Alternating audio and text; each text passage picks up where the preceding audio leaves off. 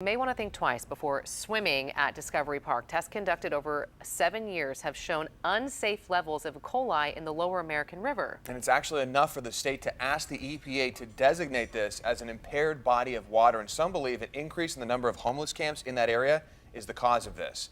Fox 40's Doug Johnson joining us live on the American River Parkway with what you need to know. Doug. And Ty and Nikki, the level of E. coli in the river is not to the point where people need to stay out of the river yet, but there were several test sites where it was dangerously high, and some fear it could only get worse. On a hot day, the American River may seem like an oasis, but underneath the surface lies a dangerous bacteria. I literally grew up a half mile from the river. It was my playground as a kid. As he put his raft into the water Monday, Phil Warner knows the river is much different these days. Sewage problem, basically. Yeah, that is disturbing.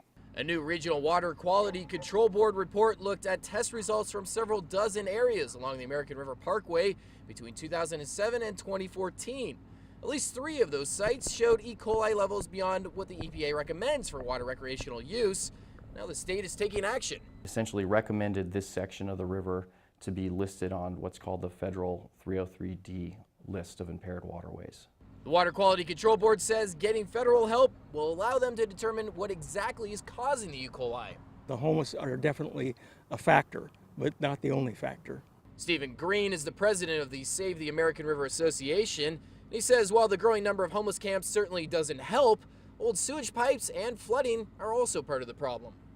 We have a lot of problems with sewer districts around here. When we had the heavy rains in January and February, the Sacramento Sewer Agency had 400,000 gallons spill. The disturbing report is not keeping Warner out of his raft, but he does plan to be more careful. Not going to drink the water and shower afterwards.